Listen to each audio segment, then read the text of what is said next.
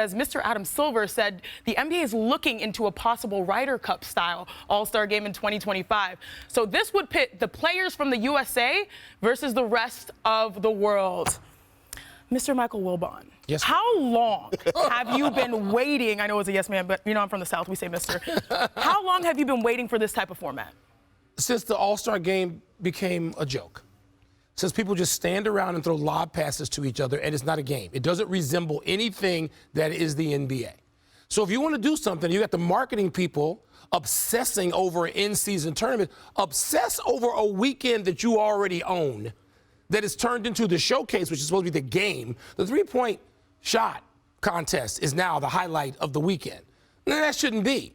Put a game out there where you put the U.S. players against an international team. I got a starting five, Sinead, right here. We can show you this. International team. We can show you a potential starting five. I got Joker, Giannis, Luka, Shai Gilgeous-Alexander, and Jamal Murray. That's the starting five. And by the way, I'm saying, Embiid, I don't know. If Joel wants to play, fine. If he wants to play for the U.S., I don't know what he would do. But you are then left with reserves, including, here's my 6 through 12. Wembanyama, Josh Giddey, Sabonis, Siakam, thanks, Perk, for reminding me, Rudy Gobert, Markkanen, and a guy named Andrew Wiggins, who was only the second best player in the NBA Finals. This is a potential look right here of what Mr. Wilbon is talking about. So what? People wouldn't get excited over that?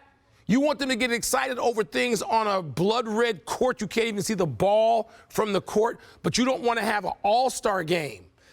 If players are not going to get excited, what's the question? Is the issue that we're worried about the U.S. team losing, and therefore it's hard to market yourself as the American game if you lose to an international team in the United States? They would lose.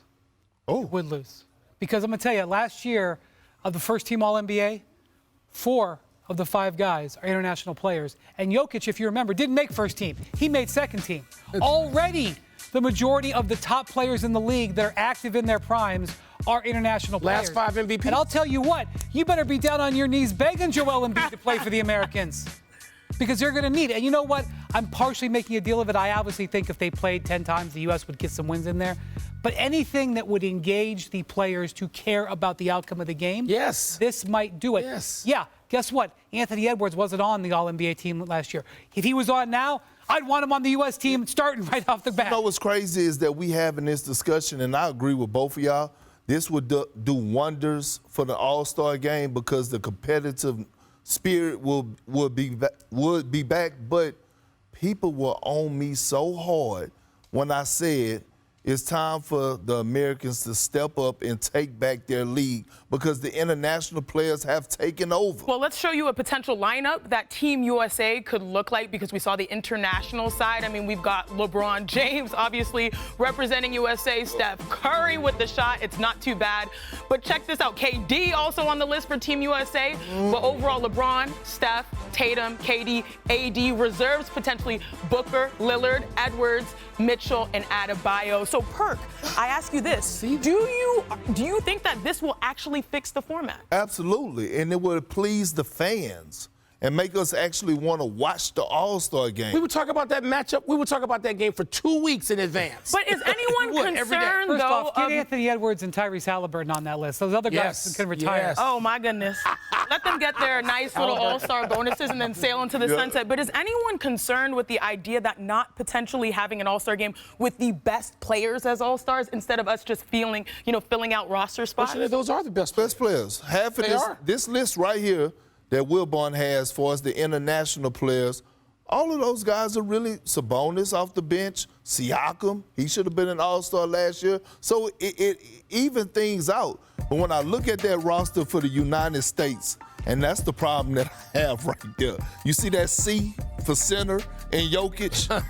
Anthony, AD don't want that smoke.